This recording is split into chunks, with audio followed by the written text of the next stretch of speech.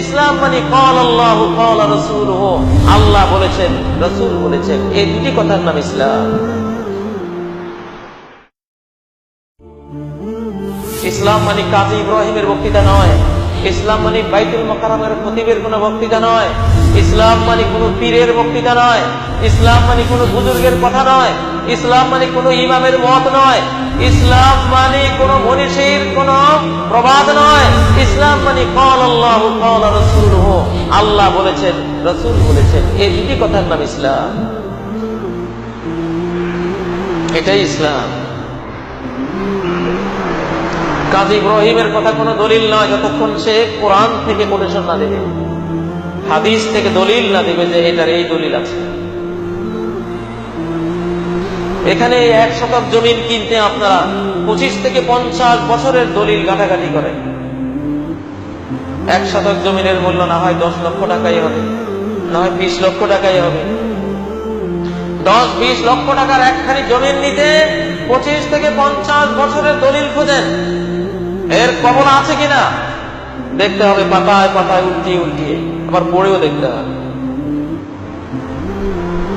Rewriting আছে কিনা, কলমের পোশাক 2 বার পড়েছে কিনা, এটা আবার কেন, বিশেষজ্ঞ রিপোর্ট লাগবে, দলিল ঠিক কিনা, সিএস রেকর্ড আছে কিনা। রেকর্ড না থাকলে এই জমি কিনা যাবে না, কারণ এটা তার কিনে প্রমাণ হয়নি। আরএস রেকর্ডও লাগবে, আরএস রেকর্ড ছাড়া জমিন কিনা যাবে না, কারণ এই মালিকের কিনা প্রমাণ হচ্ছে না, আদৌ এই জমিন তার আছে কিনা আমি বিশ্বাস করলাম না। খাজনার রসিদ আছে কিনা, কত দলিল, কত ডকুমেন্টস, কত এভিডেন্স 1 শতক জমিনের জন্য আপনারা খোঁজেন। বাঙালিরা কি চালাক, রিকশাওয়ালা শুদ্ধ এত চালাক, বাইতুল মুকাররমের খতিব কাজী ইব্রাহিমেরও এত জ্ঞান নাই। একটা রিকশাওয়ালারও যত জ্ঞান 1 শতক জমি কেনার জন্য গেলে, কি চালাক এই লোকটাই, বেকুব হয়ে যায়, ননসেন্স হয়ে যায়, জ্ঞান শূন্য হয়ে যায়। ইসলামের কথা বলতে গেলে কোনো দলিল খোঁজে না, কোনো প্রমাণ চায় না। হুজুর বলেছে, বুজুর্গ বলেছে, কয় যে এটা তো একজন মুসলমানে বলেছে, আমি মনে করেছিলাম দাড়িওয়ালা টুপিওয়ালা পাগড়িওয়ালা মুসলমান, উনি কি আর মিথ্যা কথা বলবেন, আমি তো দলিল পত্র খুঁজি নেই। এই হলো অবস্থা বাংলাদেশের মুসলমান। হুজুর বলেছে আর যায় কোথায়, বিশ্বাস বলেছে আর যায় কোথায়, এটা যেন কোরআনের বাণী না। দেখতে হবে, দলিল দেখতে হবে। আপনি 1 শতক জমির জন্য 1 বছরের দলিল খুঁজেন।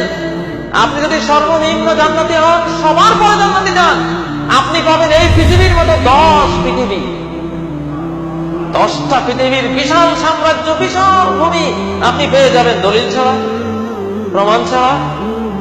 এত বড় সম্পদ, মহা সাম্রাজ্য কিনে নেবেন, দলিল লাগবে না? প্রত্যেকটা মাসালা দলিল লাগবে, প্রমাণ লাগবে। দলিল প্রমাণ ছাড়া কোনটা আমরা নেব না। সর্বপ্রথম শাহ ওলিউল্লাহ রহমতুল্লাহ আলাইহি মহাদেশে এই হাদিসের ভান্ডার নিয়ে আসে। ভান্ডার নিয়ে আসার পরে এখন জরিপ করে দেখি ভুল আর ভুল আর ভুল, যেখানে হাদিস সেখানে ভুল। কারণ দলিল ছাড়া, দলিল ছাড়া কারণ দলিল ছাড়া জমিন যখন ভোগ করা শুরু হয়, দেখা যায় আপনার জমিন আমি 4 শতক খেয়ে ফেলছি, আবার উনি আপনার জমিন 3 শতক নিয়ে গেছে। কারো আইল ঠিক নেই, কেউ 10 হাত দিয়েছে, কেউ 3 হাত, কেউ 5 হাত, কেউ 6 হাত, কারো আইল সীমানা ঠিক নেই। তখন কি করতে হয়? জরিপ চালাতে। এই বাংলার বুকে সব বড় বড় আলেম, খতিবে আজম, ইমামে আজম, মুফতি আজম, আল্লামা দাহার, বড় বড় আলেম সবাই আমরা পড়েছি আলিফ বে তেসে। আমিও পড়েছি আলিফ বে তেসে, আমার ওস্তাদ আমাকে বে তেসে পড়িয়েছে, রে জে হে খে। সবাই লক্ষ লক্ষ আলেম, সবাই। কেউ একদিনও জিজ্ঞাসা করলো না এত বড় ভুল কিভাবে করছে।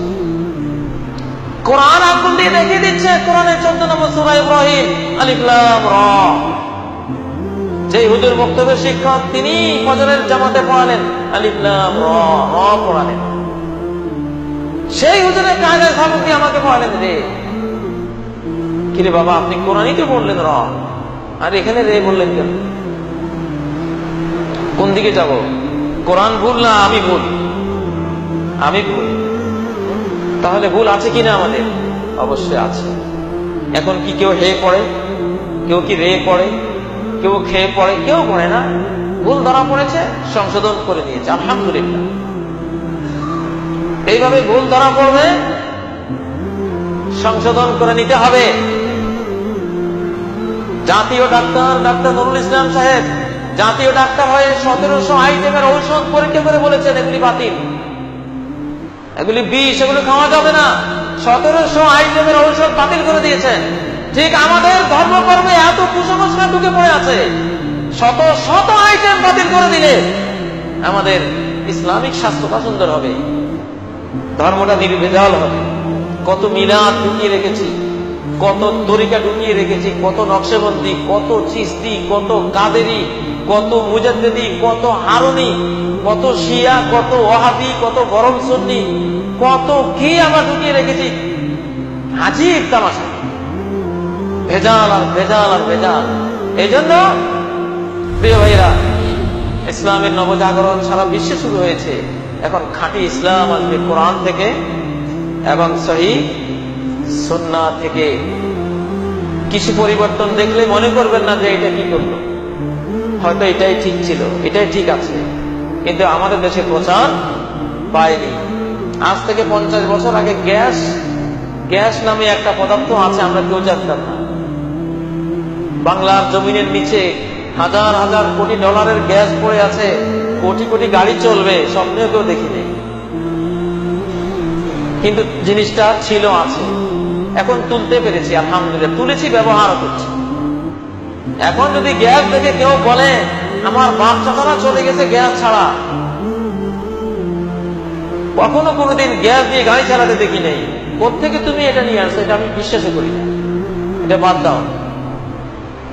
আরে ভাই, গ্যাস ছিল তো, শত শত বছর থেকে এটা ছিল, আমরা আবিষ্কার করতে পারিনি। ইসলামে অনেক জিনিস আছে, নামাজের মধ্যে দেখবেন আজকে মসজিদে অনেকে আমিন জোরে বলেন, এটা খনির মধ্যে ছিল, আমরা টের পাই। এখন খনি থেকে আহরণ করে আনা হয়েছে, টাটকা জিনিস, আমল করো। আল্লাহ রাসূল মুহাম্মদ সাল্লাল্লাহু আলাইহি সাল্লাম সম্বন্ধে সহিহ হাদিসে আছে, ইযা ফারাগা মিন গায়রিল মাকতুবি আলাইহিম ওয়ালাদ-দাল্লিন ক্বালা আমিন ওয়া রাফা বিহা সাওতা। আল্লাহ রাসূল সাল্লাল্লাহু আলাইহি সাল্লাম নিজে ইমামতি করার সময় যখন ওয়ালাদ-দাল্লিন পর্যন্ত পড়তেন, তখন আমিন বলতেন, ওয়া রাফা বিহা সাওতাহু, তার আওয়াজকে সুউচ্চ করতেন, সবাই শুনতে পেত, এবং পেছনে সবাই আমিন বলতো। যেটা মক্কার বাইতুল্লাহতে, কাবাতে, যে কাবার দিকে ফিরে সবাই নামাজ পড়েন, সেই কাবাতে এই আমিন জোরে আছে কিনা? অবশ্যই আছে, এবং এটাই দলিলে আছে। আপনি যদি বলেন যে বাবারে আমার বাচ্চা ছাড়া করে নাই, ওনার টের পান নাই, আমি তো টের পাই নাই। আমি কাজে ইব্রাহিমে তো আমার ছাত্র জীবনে জোরে বলতাম, আমার ওস্তাদরাও জানতো না, আমিও জানতাম। ব্রেইনটাকে সতেজ রাখতে হবে, এটা সত্য পাওয়া যাবে, দলিল প্রমাণে পাওয়া যাবে, গ্রহণ করতে হবে, গ্রহণের মানসিকতা থাকতে হবে। এক জায়গায় জমে বসে থাকলে হবে না, তাহলে আপনি পিছিয়ে পড়ে যাবেন।